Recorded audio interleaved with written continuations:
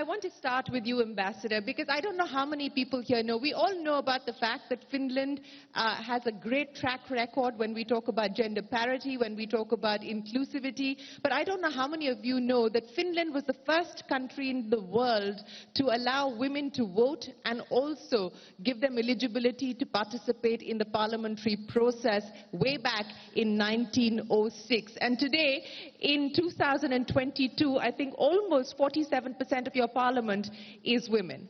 So, Ambassador, what's the story, what's the secret to ensuring that you have this kind of diversity, this kind of inclusivity?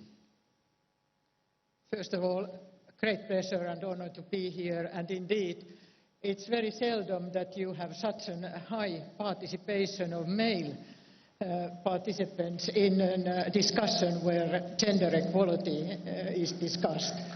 So, congratulations. We didn't want only women talking to other women. We wanted the men to talk to women and the women to talk to men as well. So I don't think Finland has any secret, actually. It's a hard work. When one thinks about more than 100 years ago, we were an agrarian country, a lot of diversity, a lot of imparity and all that kind of things. But when women were elected to the parliament, they were coming more these kind of social issues also, and they were able to change, together of course men, the legislative framework in a way that it benefited both women and women in education, in working life, and also in political participation. The other thing is, and indeed we made that sort of legislation also. We have at the moment, we have achieved a lot. We have a free quality education, public education, free for all, mandatory nowadays until the age of 18. So it means that after the primary, secondary school, one has to go to at least vocational training. So I would put emphasis here that education, free education, all kind of enablers to do, for instance, free school lunches or parental leaves or child care, which is practically free, also practically free health care combined to that. Enabling environment on making economic growth.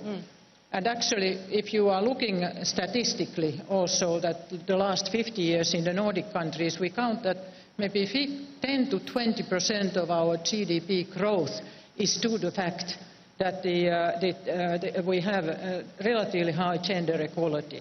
So we never have been able to, and we couldn't really enable women to stay at home only, although of course homework is also homework. But the sort of active participations of everybody to build the society. And we have had hard times, Second World War, really hard times after that as well. So it hasn't been really an easy path.